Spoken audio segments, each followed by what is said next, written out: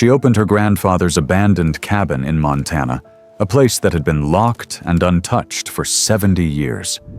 Everyone told her to leave it alone. But what she discovered inside that remote Montana cabin shocked her family and uncovered a secret hidden for decades. What began as curiosity turned into the most emotional journey of her life. Subscribe to the channel and let us know in the comments where you're watching from. Let's get started. Most people didn't even know the cabin still existed. Tucked deep into the belly of the Absaroka Mountains in Montana, swallowed by time and trees, it had stood untouched since 1953. No one in the family had set foot there, not since the snowstorm, not since he vanished. They said it was cursed, said it should have been burned down with the rest of the past. But Mabel never believed in family curses. She believed in unfinished stories, especially the kind that whispered to her across generations. And her grandfather's story had never truly ended. She had only one memory of him, and even that was secondhand. A worn photograph hidden behind another frame, found in the attic after her mother passed. A man with kind eyes and a crooked smile, holding a compass in one hand and a small child, not her, in the other. The back of the photo read, "Autumn, 1952, cabin number 12. The handwriting matched the bundle of yellowed letters tucked beside it, all tied together with string that looked like it would crumble in her hands. Letters signed with quiet, careful love. "Forever yours, Grandpa Elias." But the strangest part, the postmark was dated 1954, 1 year after he disappeared. The cabin had become a forbidden topic over time. Her mother shut down any question about it. Her uncles pretended not to remember. The name Elias Whitmore faded from conversation like it had never belonged to anyone at all. But grief has a way of waking sleeping things. And after the funeral, while cleaning out the garage, Mabel found a lockbox tucked behind old paint cans and rusted tools. Inside, a key and a map. Both labeled in the same hand she had seen in the letters. It didn't feel like an invitation. It felt like a calling. The journey took her across winding roads and cold, breathless forest.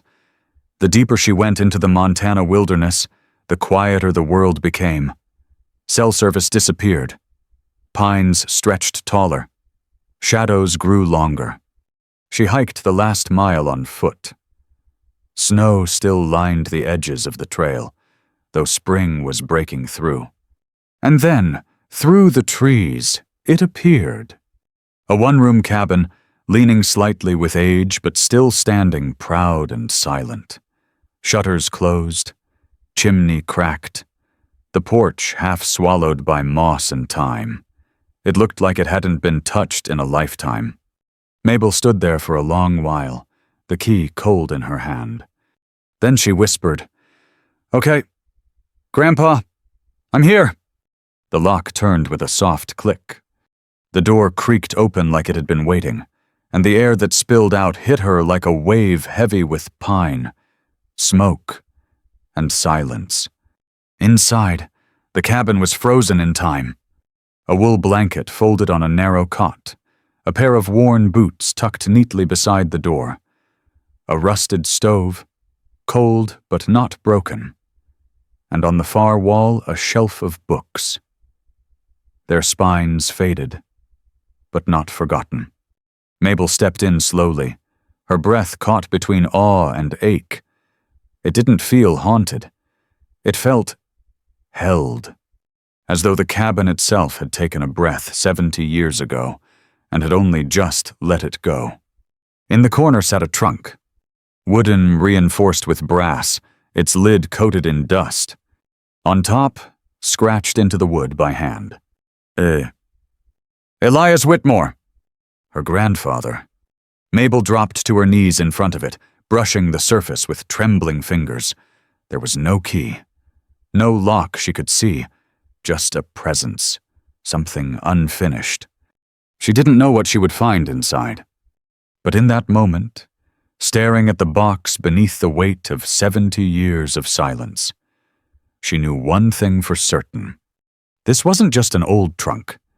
It was a door, and something on the other side had waited a very long time to be found. Mabel sat there for a while. Just her, the cold floor, and that weathered old trunk. The silence inside the cabin was so complete. She could hear her own heart. It wasn't fear. Not exactly. It was the feeling you get when you stand at the edge of something sacred, and you're not sure if you should cross. She reached for the lid. It creaked, stubborn against time, until finally it opened. The scent of cedar and paper filled the air. Inside, neatly packed, as if placed just yesterday, were items that didn't belong to any century she'd ever lived in. The first thing she saw was a leather-bound notebook, frayed at the edges, tied with a shoelace. Then a wool scarf, faded red, carefully folded. A small wooden box sat beneath that sealed, no keyhole. And under everything, a bundle of letters, tightly wrapped in ribbon, blue ribbon, the same color she remembered from her mother's hair when she was a child. Mabel's hands trembled as she picked up the notebook. She untied the lace, and on the first page, in the same careful handwriting she'd come to recognize from the attic letters, were 4 simple words. If she ever comes. She paused. The words didn't feel like they were meant for just anyone. They were meant for her. The journal was dated from 1951 to 1953. It chronicled her grandfather Elias's final years at the cabin. And what started as quiet, rustic reflections quickly turned into something deeper. Obsessive, restless, almost frantic. He wrote about strange visitors, men in suits who came up the trail, asking questions about land ownership and boundaries. He wrote about hearing footsteps outside at night, seeing light flicker in the woods, and finding his door slightly ajar in the morning, even though he'd locked it tight. And then came this entry. Hart, December 2nd, 1953. They know I've hidden it. I heard them again last night, same boots, same silence. They want the box, but I won't let them have it. I've sealed it with what matters most. If Mabel ever finds this, tell her I'm sorry. I had no choice. Mabel stopped cold. He wrote her name. But how? She hadn't even been born until 1989. She put the journal down, her thoughts spinning, reaching for the small wooden box. She turned it in her hands. It had no hinges, no latch, no lock, but the bottom was odd, slightly uneven. When she pressed the corner, something clicked. The lid popped open. Inside was a gold pocket watch, worn and beautiful. Its chain was tucked carefully beneath, and a note rested on top of it, folded once. Mabel opened it. This keeps time for 2. Yours is still ticking. Mine, I gave away long ago. Tears welled in her eyes. It wasn't just a gift. It was a message the kind only passed between hearts that are bound by more than blood. He knew she'd come. He believed in it. She dug deeper into the trunk, pulling out the bundle of blue ribbon letters. These weren't addressed to anyone. But when she opened the top one, she saw they were all written to her. Dozens, each one starting with, Mabel, my girl. And they spanned years, as if, even in the quiet isolation of the mountains, her grandfather had imagined her, had talked to her like she'd always been part of his world. In one letter, he described the way the snow fell in 1952, how the pines bowed under the weight, and how he sometimes talked out loud, pretending she was sitting in the armchair by the fire. In another, he wrote, I don't know what color your eyes will be, but I hope they find the good in people, even the ones who didn't earn it. And then, they might tell you I abandoned the family, that I walked away, but it wasn't running, it was protecting. There's more here than timber and smoke. There's truth, and you'll know when it's time to dig it up. Mabel leaned back against the cabin wall, the letters in her lap, heart pounding. Everything she thought she knew about her grandfather, the man who disappeared, the crazy old recluse, was unraveling. He didn't abandon them. He was hiding something, and someone had wanted it badly enough to chase him into the cold. The wind howled outside, the trees creaked like old bones, and then something shifted under the cot. Mabel grabbed the lantern and knelt. There, tucked against the floorboards, was a metal tin flat, rusted, sealed shut with wax. She pried it open with the edge of a knife. Inside was a rolled-up map. And on that map, marked in pencil, was a trail that led deeper into the woods past the property lines, beyond where most people dared to go. Next to a tiny X was one word. Resolve. She stared at it. Resolve. Was it a name, a place, a message? Whatever it was, it mattered. Because her grandfather had hidden everything else in words, in letters, in stories. But this was his last breadcrumb. Mabel stood slowly, every instinct in her aching with tension and wonder. She placed the letters back in the trunk, gently wrapped the pocket watch in a cloth, and folded the map into her coat pocket. She didn't know what lay beyond that trail, but something told her this wasn't over. This cabin wasn't the final stop. It was the doorway, and on the other side of the pines, the truth was still waiting to be found. The next morning, frost coated the window panes of the cabin like lace. Mabel lit the small wood stove the way her grandfather described in one of his letters 2 pine cones, 3 strips of birch bark, and patience. The map was still in her coat pocket, creased and humming like it had a heartbeat of its own. Outside, the trail leading to the marked X looked more like animal tracks than anything made for boots. But Mabel didn't hesitate. She packed a small satchel water, snacks, the pocket watch, the journal, a flare, and the compass she found tucked in the back of the trunk, engraved with the initials E. It still pointed north, still pointed home. The trail wound upward, narrow and overgrown.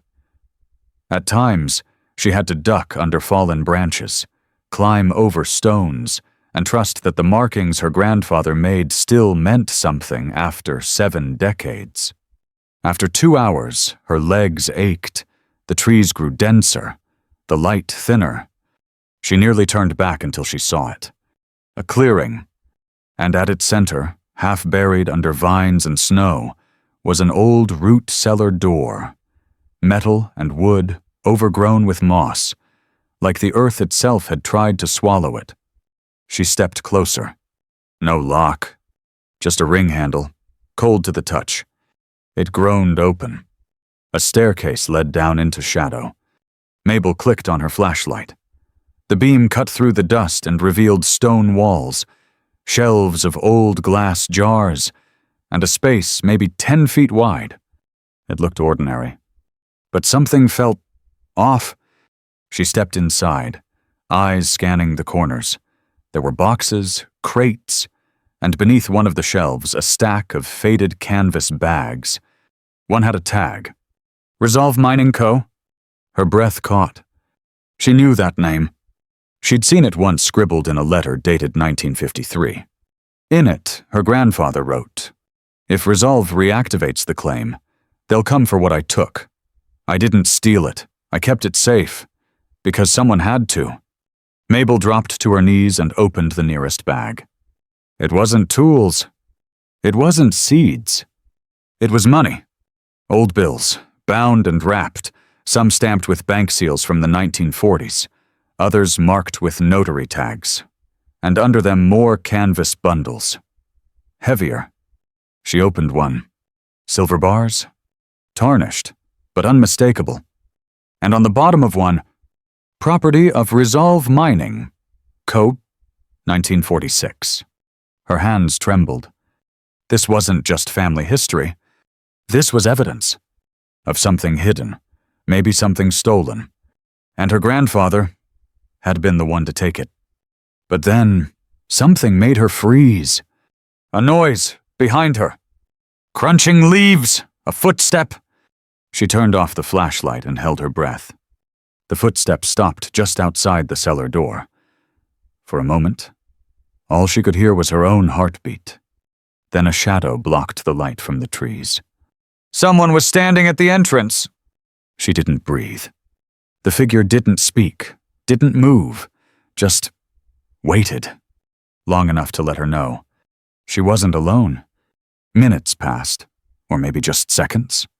And then the shadow moved on. No words. No door closing. Just silence again. Mabel waited another 5 minutes before daring to move. Her fingers clenched the pocket watch, the only thing grounding her. Then she quietly gathered 2 items the bar stamped Resolve and the letter with the mining reference and slipped them into her pack. She left the rest untouched. This wasn't about treasure. This was about truth. And now she knew someone else knew it was still there. Back at the cabin, she locked the door behind her, pulled the curtains, and sat at the table. Her hands were still shaking, but her mind was clear.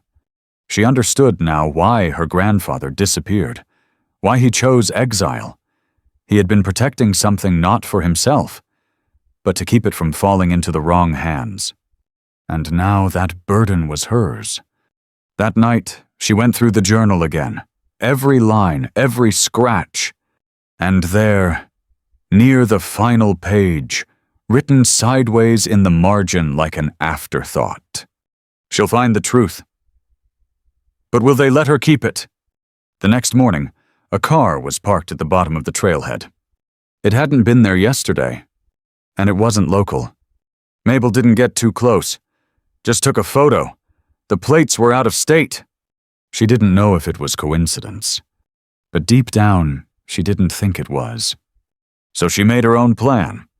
She scanned the journal, the letters, the photos, hid digital copies on a flash drive and mailed it to her best friend with a note that said, "Open this only if something happens." Then she called a historical investigator she found online, someone who'd written about land scandals and lost assets tied to old mining companies. And lastly, she called the local sheriff's office. Not to report the silver, just to ask, "Did you know anything about a company called Resolve Mining? And if not, can I come in and talk?" Because now Mabel knew the real treasure wasn't what was hidden in the cellar. It was the story, and the weight of telling it. Because secrets stay buried only until someone brave enough digs them up and dares to hold the truth out in the light. Even when it means someone might be watching from the trees. Mabel didn't sleep that night. Even with the cabin locked, the fire lit, and a flashlight beside her bed, her mind kept circling back to the shadow at the cellar door. The quiet stillness that came with it wasn't natural. It was deliberate, calculated. Someone had come looking, and she wasn't sure if they were gone at dawn. She stood on the porch with her grandfather's compass in one hand and the pocket watch in the other. The wind off the pines was colder than usual, sharp like it was warning her. She looked down at the map again, the one marked Resolve. For the first time, she questioned whether opening that cellar had been a mistake. Back inside, she started recording a voice memo on her phone, not because she thought anyone would hear it, but because she needed to say it out loud. "My name is Mabel Whitmore. If this ever gets out, if anything happens to me, know this, I didn't come here for money. I came because I needed answers. And I found more than I was ready for." She paused, then added, "Someone out there doesn't want this story told, but I think that's the exact reason it needs to be." Later that day, she drove to town. Ashford Creek was small, the kind of place with one diner, one gas station, and a post office run by the same woman who probably knew everyone's middle name. Mabel walked into the sheriff's office. The man behind the desk was mid-50s, balding, eyes kind but tired. Sheriff Calloway. He introduced himself, shaking her hand. "What brings you up the mountain?" She took a breath. then said what she hadn't said out loud yet to anyone. "I found something buried on my grandfather's land. Not bones, not treasure, evidence of a cover-up." He didn't laugh. He didn't scoff. He just leaned back in his chair, folded his hands over his stomach, and said, "You're not the first Whitmore to walk in here saying that." Mabel blinked. "What do you mean?" "Your grandfather." The sheriff replied, "Elias. He came to this office once, long before my time, said he had proof of land theft and company fraud, said people were coming after him." And Mabel asked. Calloway's voice lowered. "They called him paranoid. He disappeared less than a year later. Everyone figured he went off into the woods and froze. That was the story we were told." Mabel nodded slowly. "It wasn't true." "No," the sheriff said, "it wasn't. He didn't ask for the silver bar. He didn't even ask for the journal, though she offered to let him make copies. What he did do was connect her with a retired state investigator named Loretta Grant, who had spent the last decade looking into cold cases related to old land disputes and mineral rights. "She's tenacious," Calloway said, "and she's not afraid of rattling cages." Mabel smiled for the first time in days. Maybe she wouldn't have to do this alone after all. That night, she called Loretta. The woman's voice was firm, no nonsense, and brimming with quiet urgency. "You say you found resolve mining documents?" "Yes. And property markings, currency, anything with proof of movement." "I have a stamped bar," Mabel said, "and my grandfather's notes, letters. He documented everything." Loretta went quiet for a beat. Then, softly, "You might have just unlocked a case I've been chasing for 17 years. Over the next week, everything changed." Mabel scanned the letters. Loretta cross-referenced dates. Old articles were pulled, bank records subpoenaed. Even a 1950s whistleblower's grandson came forward after Mabel posted a photo of the pocket watch online. People were waking up, and for the first time, the story didn't feel like a secret. It felt like truth finally stretching its arms after a long, dark sleep. But with exposure came risk. Her trail camera, the one she'd placed near the cabin's path, picked up movement 2 nights in a row. Same time, same direction. The sheriff increased patrols. Loretta told her to stay visible. "The more public you are," she said, "the harder it is for someone to make you disappear quietly." Mabel didn't like being in the spotlight, but she liked the idea of being hunted in the dark even less. She started writing everything down, not just the evidence, but how it made her feel, what it meant to carry a legacy you didn't ask for, but couldn't abandon. In one entry, she wrote, "I came here looking for closure, but I found responsibility. And now I realize they didn't bury the truth because it was dangerous. They buried it because it had power, and power, when held by the wrong people, poisons everything it touches." The news spread slowly, but it spread. First, local papers. Then a regional podcast. Then a journalist who had once worked on a story about lost silver shipments in Montana during the 1940s reached out. Suddenly, people were listening. And Mabel. She was no longer just Elias Whitmore's granddaughter. She was the woman who unlocked the truth. But with every step forward, the old fear crept in. The kind Elias must have felt years ago, when he looked over his shoulder and saw men in suits who didn't blink when they lied. One night, as the fire died low, Mabel sat on the porch with the compass in her hand. It still pointed north, but she wondered, where do you go when the truth finally catches up? And what happens when the silence you broke starts echoing back at you?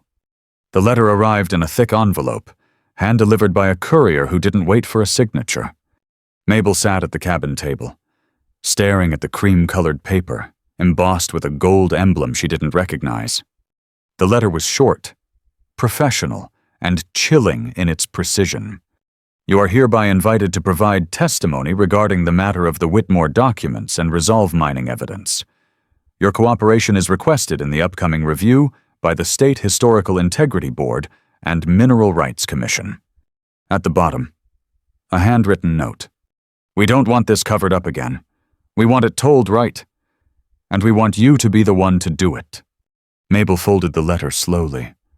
Her grandfather had spent his final years hiding the truth. Now, they were asking her to speak it not in a cabin, not in whispers, but in front of people who could rewrite the official record. She wasn't ready, but she said yes anyway. Loretta met her at the station a week later. A small, sharp woman with snow-white hair and the eyes of someone who didn't tolerate nonsense. You look like him, Loretta said, but you talk softer. Mabel smiled nervously. I'm still learning how to speak. Well, Loretta replied, this is where you learn how to roar. The hearing was held in a courthouse that smelled like paper and pine polish. Mabel wore her mother's old coat and carried her grandfather's compass in her pocket like armor. The room wasn't full, maybe 30 people, but each one carried weight historians, land commissioners, preservationists, men and women who had the power to decide whether the past mattered. Mabel sat at the witness table, hands trembling, throat dry. Then she began, not with accusations, but with a story. My name is Mabel Whitmore. My grandfather disappeared in 1954. For most of my life, I was told he abandoned us, that he chose the woods over his family, that he lost his mind. But last month, I opened his cabin, and I found the truth. She told them everything. The journal, the letters, the cellar, the silver bar, the shadow that stood outside the door. She read excerpts from Elias's entries, showed copies of the map marked Resolve, quoted the line that had haunted her most. If she ever comes, by the time she finished, the room was still, silent. Not because they didn't believe her, but because they did. Afterward, one of the board members, a woman in her 60s with a librarian's kindness, approached her. She placed a hand gently on Mabel's arm and said, You didn't just find your grandfather. You gave him back to all of us. Over the next month, things moved fast. The commission opened a formal review into Resolve Mining's post-war operations. Historians began compiling the Whitmore archive into a public database.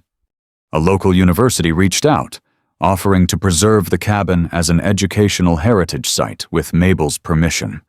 Of course.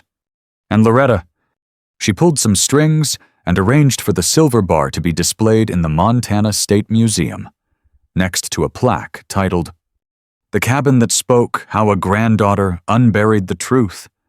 At night, back in the quiet of the woods, Mabel often sat on the porch, staring up at the stars, trying to process what she'd become. Not just a granddaughter, not just a witness, but a guardian of someone else's unfinished story. Then came the email from a documentary producer in Oregon. They'd seen the article, heard the podcast, read the transcripts, and they had one question. Have you ever thought about sharing this on film?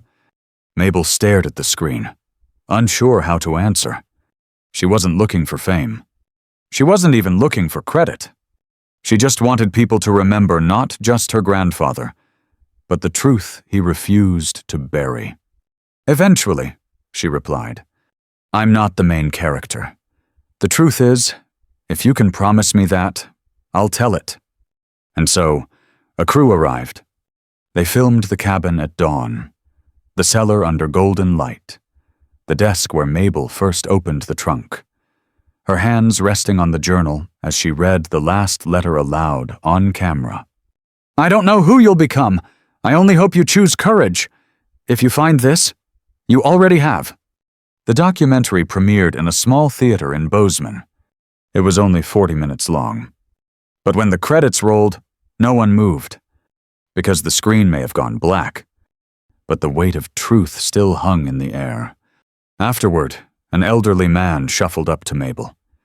He held out a faded envelope. My brother worked for Resolve. He said he disappeared in '49. We never knew why. I think You just helped me understand." Mabel clutched the envelope like it was made of glass. Not all treasures shine. Some bleed through silence, waiting for someone to finally see. Later that night, she returned to the cabin not as a visitor, but as its keeper. She placed the compass on the mantel, and above it, a new frame, a photo of Elias, smiling in front of the cabin in 1952, and next to it, one of Mabel holding the pocket watch, 70 years later. Different time, same eyes, same fire, same promise. You are not forgotten, you are not erased, and your story is no longer buried.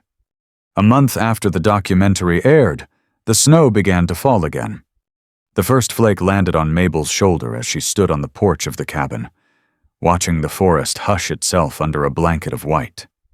She held a mug of coffee in one hand, the steam curling up like smoke signals from another time.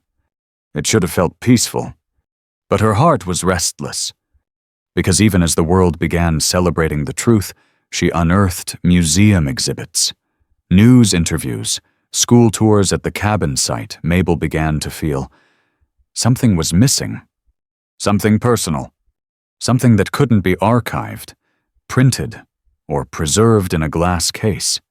One day, she opened the trunk again, the same one that had started it all. The letters were there. So were the journals.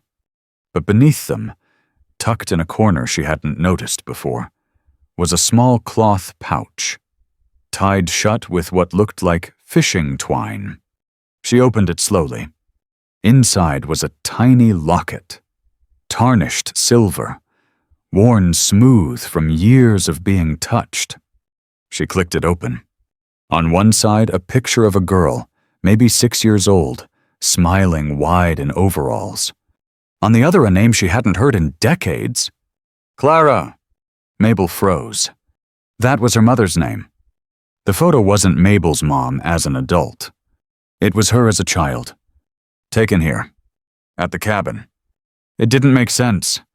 Her mother had told her she'd never been to the mountains, that Elias had abandoned the family when she was still a baby. But this proved she'd been here, had lived here, had loved here. Mabel dug deeper into the trunk and found a sealed envelope, yellowed and fragile. On the front, in Elias's handwriting, "For Clara, if she ever forgives me." Her breath caught. She opened the letter, and read words not meant for her, but that pierced her heart all the same. "My darling girl, I was not brave enough to tell you the truth. I didn't leave because I wanted to. I left because they threatened you. They told me if I didn't walk away, you'd be taken, that I'd never see you grow. I believed them, and I chose to become the villain in your story, to keep you safe. And now, I live in silence, but I carry your laughter in every room of this cabin. Forgive me if not for me, then for the man you'll never meet. But know this, you were never abandoned. You were protected." Mabel dropped the letter as the tears came. Not gentle ones, not cinematic ones, but deep, aching sobs, the kind that come from grief layered over grief. She realized she hadn't just uncovered her grandfather's story. She had uncovered her mother's heartbreak, and it had been buried even deeper. The next day, she drove to the cemetery. It was the first time since her mother's funeral that she felt strong enough to return. Snow dusted the top of the headstone. Mabel knelt beside it, the letter clutched in her hand. She read it aloud, every word, her voice cracking, breaking, but refusing to stop. "I think you knew," she whispered after. "I think some part of you always knew he didn't leave by choice." She placed the locket on the grave, then whispered, "I forgive you, too." That night, she lit a fire in the cabin and pulled out a fresh notebook. On the first page, she wrote, "This story started with a trunk, but it ends with a heart." And then she began writing not about mining or lawsuits or secret maps, but about a man who gave everything to keep his family safe, and a daughter who never got to hear his apology, and a granddaughter who now carried both of their voices. Weeks later, she was invited to speak at a local school. Middle schoolers. Kids who didn't know what a silver bar meant, but who knew what it felt like to be lied to or left behind. She told them a simple version of the story, a locked cabin, a long-lost letter, and a man who chose love over recognition. And afterward, a small boy raised his hand and asked, "Do you miss him?" She blinked, then smiled. "Every day," she said. "But I think I'm finally getting to know him." That night, she lit a lantern and walked the trail to the cellar one last time. Not to check for intruders, not to guard treasure, but to leave something behind. She placed a copy of the letter to Clara inside a tin box, along with a note of her own. "If you ever find this, know that this place once held silence, and then it learned to sing again." She sealed the tin, tucked it behind the shelf, and left the cellar open not as an invitation, but as a promise. That truth, once set free, never hides again. Winter melted slowly in the Absaroka Mountains, and with it, something melted inside Mabel too. Not all at once, not dramatically, just little by little, like ice cracking under sunlight, like grief learning how to soften without disappearing. By April, the cabin had begun to attract visitors. Not tourists, not thrill-seekers, but people who had seen the documentary, read the article, or heard the podcast and whispered the same thing. "I think my family has a story like yours." Mabel never turned them away. She'd invite them in, offer tea, and let them sit in the chair by the fire, the one where her grandfather likely read those books so long ago. She didn't always have answers, but she had a listening heart. And sometimes, that was enough. One afternoon, a young woman arrived alone. Her name was Erin, no more than 28, with dark circles under her eyes and a journal clutched to her chest. "My dad worked for a mining company," she said. "He died when I was 12. I never knew why, but after watching your story, I found his old files." She paused. "They threatened him too." Mabel didn't flinch. She simply pulled a second mug from the shelf and sat with her. For hours. Not as a historian, not as a keeper of silver and secrets, but as someone who had been there in the silence, in the searching, in the ache of finally knowing. The state officially designated the cabin a historic landmark by summer. There was a ceremony, small, heartfelt. They gave Mabel a plaque, took photos for the paper. But the real moment came after, when a group of children from the local school wandered through the cabin's one small room and one wide-open story. One boy pointed to the compass on the mantel and asked, "What's that?" Mabel smiled. "It belonged to my grandfather.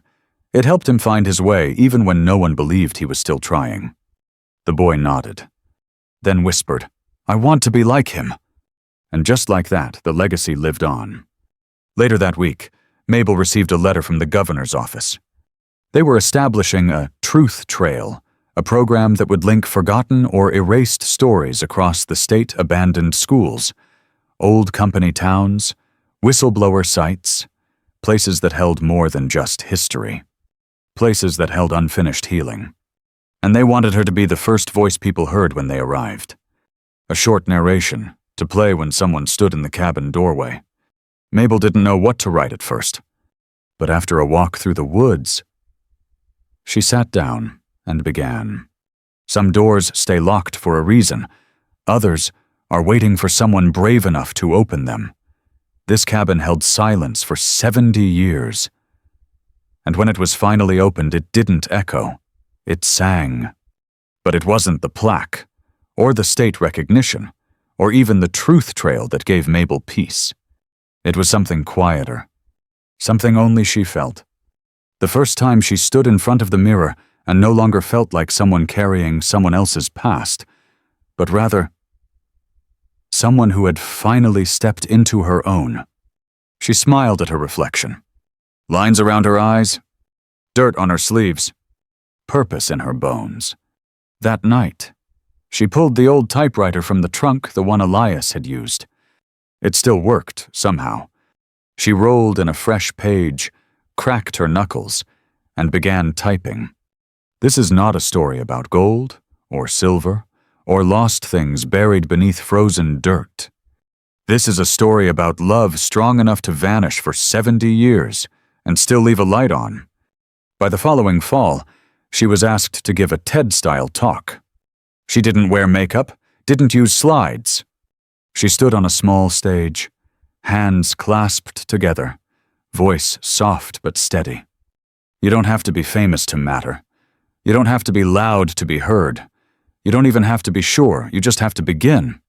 My grandfather thought silence was his only shield. I thought uncovering his truth would be the end of the story. But what I've learned is that the end isn't silence. The end is voice. The end is witness. The end is someone finally saying, I see you, I believe you, and your story doesn't die here. The crowd rose to their feet. Not in applause, but in reverence. When she got back to the cabin that night, she lit a candle, walked to the edge of the woods, and placed a single item beneath a pine tree. Her grandfather's compass. Not because she was done using it, but because she no longer needed direction. She'd become the direction for others. As the sun dipped behind the ridge, casting amber light over the roof of the cabin, Mabel whispered one final sentence into the wind. You were never forgotten. Grandpa, you were only waiting for someone to finish what you began. And in that still moment, when the trees didn't move and the birds fell silent, she could swear she heard the faintest reply. A warmth in her chest, a rustle in the leaves, a presence, not seen but deeply felt. The cabin would always be his, but the story, now it belonged to the world. And the girl who once came seeking answers had become the woman others came to for courage. Because once upon a time, the door creaked open, and Mabel Whitmore stepped through, not to find a legacy but to become one. Anyone can uncover the past if they're willing to listen hard enough and care deep enough.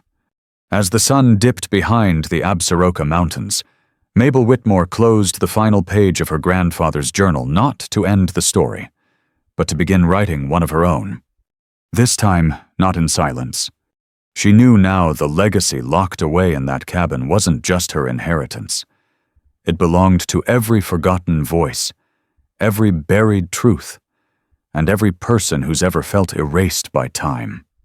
The girl who once came searching for closure had become the woman who offered others a way forward. Because for Mabel and for those who come after, the truth was never meant to stay hidden. It was always meant to shine. The end?